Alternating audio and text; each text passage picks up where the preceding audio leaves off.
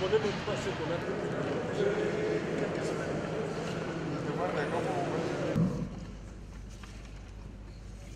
le référent ne nous a pas envoyé, c'est sa conclusion.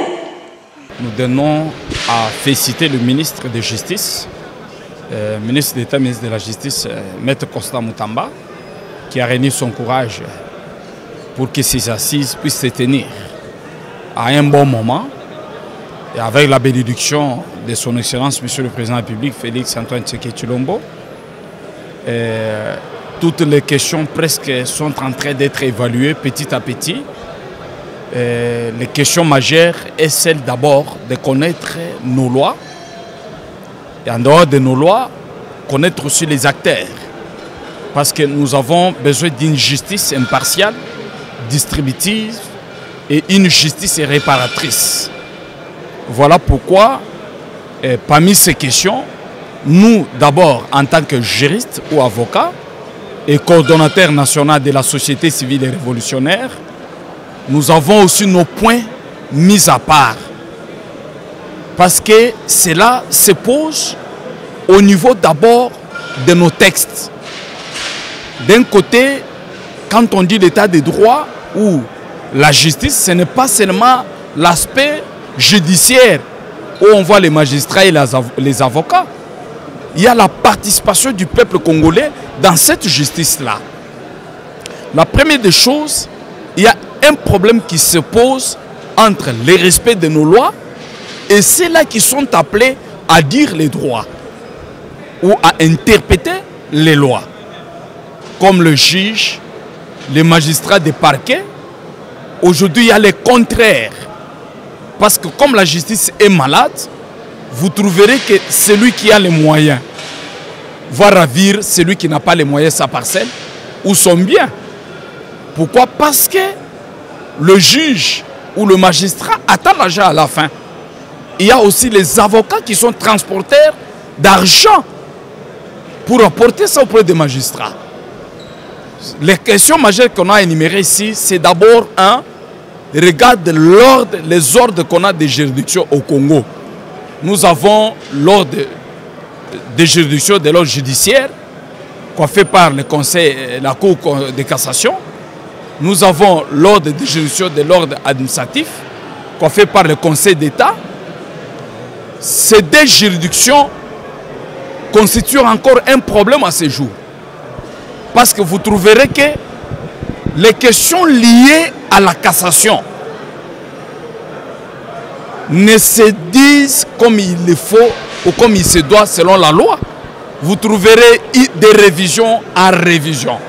Or, jadis, quand la cassation rend une décision, c'est tout.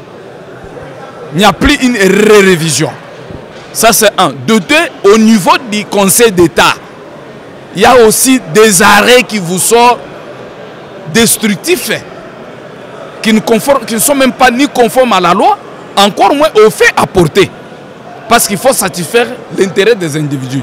Ça, c'est un. Deux, au niveau de la Cour, de la Cour constitutionnelle, heureusement ou malheureusement, cette Cour a brisé son aspect pénal, où il faut poursuivre le président public et le Premier ministre devant cette Cour, qui avait dit que l'ancien Premier ministre, à l'occurrence, je me rappelle à la personne de Matata Pogno, n'est pas justiciable devant la Cour constitutionnelle. Ça a été une erreur. Nous voudrions que la Cour constitutionnelle interprète cette disposition pour mettre de côté cet arrêt. Ça, ce sont des problèmes. Maintenant, pour remédier ces problèmes-là, parce que c'est une maladie, moi je dirais même elle est morte, elle n'existe pas. Nous avons maintenant un problème d'homme. Est-ce que le magistrat ou le juge qu'on met chef d'office, chef d'une juridiction, sont nommés sur base de quels critères? Parce que X, Y, son frère est au juge, au magistrat, est ministre, est conseiller à la présidence, est conseiller, je ne sais pas dans quel café. Demain, on les nomme directement chef d'une juridiction. C'est une maladie. Mais pour mettre fin à cela, il revient qu'à ces assises qu'on trouve une solution pour que quelqu'un ou un juge, un magistrat de parquet devienne chef de l'office ou chef d'une juridiction, au préalable, il faut obtenir un avis du barreau, c'est-à-dire du barreau respectif qui gère les magistrats d'entité. Le conseil de l'ordre doit donner son avis favorable. Après l'étude minimisée, après l'étude de la candidate ou des candidats ou des noms déposés. Ça, c'est la solution. Non, parce que le ministre de la Justice ne peut pas intégrer le Conseil supérieur de la justice, des magistrats. Pourquoi? Parce que le magistrat relève, ils sont ici du pouvoir judiciaire. Tandis que le ministre de la Justice est issu du pouvoir politique, c'est-à-dire d'une autre institution qu'on appelle pouvoir exécutif. Donc lui ne peut pas intégrer, ne fût-ce que le magistrat de la Cour constitutionnelle, de la Cour de cassation, du Conseil d'État et aussi celle d'autres juridictions spéciales comme juridiction militaire. Ce sont eux qui constituent à ce jour où on doit gérer toujours cette nomenclature pour qu'il demeure et ça reste intact. Ça, c'est normal. Maintenant, deuxième point, nous devons retenir que le juge, ayant la chambre à sa disposition pour sortir un jugement ou un arrêt, après avoir étudié les décisions, la cause toute la nuit, devant la machine, devant les documents, il amène la décision auprès de son chef de juridiction, dont celui-là doit accorder le visa. Cela détruit aussi la justice. Donc nous devons annuler cette histoire de visa des chefs de juridiction. Il faut que ça tombe. Parce que ça détruit la magistrature, ça détruit la justice. Troisième point, nous devons aussi, parce que ce sont des recommandations majeures. Troisième point, nous devons aussi enlever, mettre au clair l'autorité judiciaire et la juridiction. Parce que vous verrez que si un Congolais ne peut pas faire face à ce jour avec un millionnaire qui est libanais, qui est chinois, qui est indien, on va ravir des parcelles. C'est pourquoi nous, pour chuter, nous disons que à dater de ce jour, qui est une nouvelle politique judiciaire pour relever notre justice qui est malade.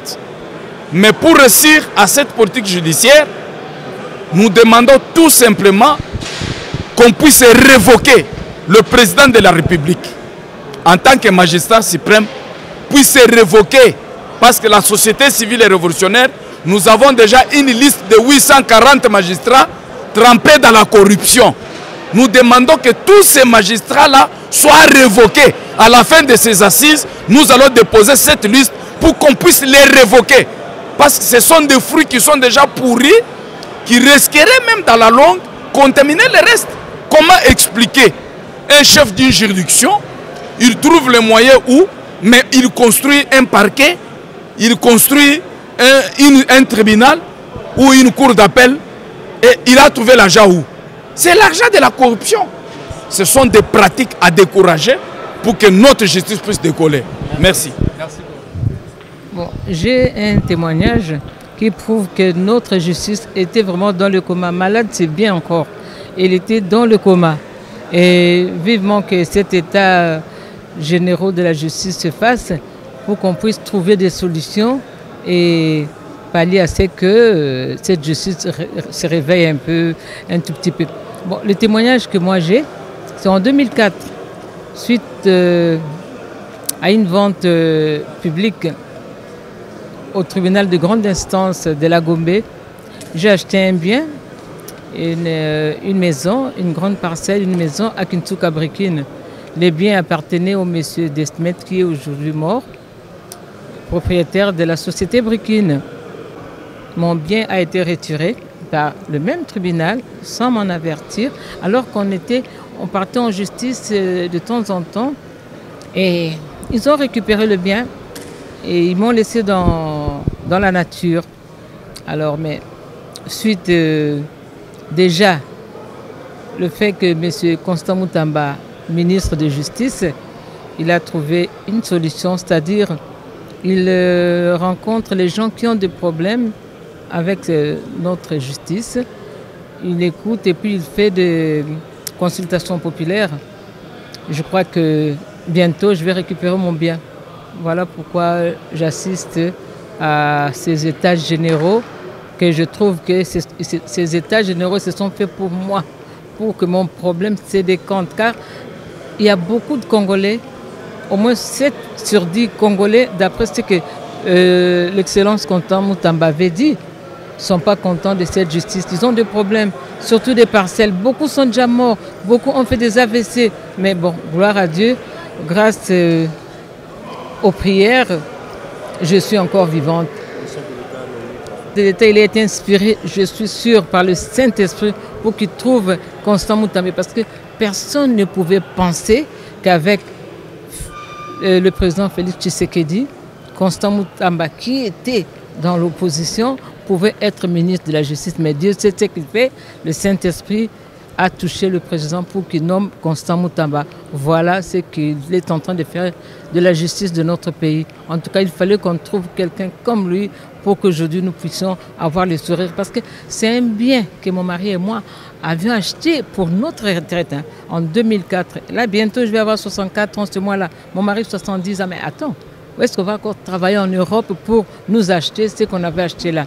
Bon, vivement que l'excellence Constant Mutamba est là, que Dieu le garde, lui donne encore la force. Comme il avait dit au président qu'il n'est plus seul, il a Constant Mutamba avec lui et je lui dirai qu'il a aussi Dorcas avec lui. Je vais l'aider dans tout ce qu'il est en train de faire.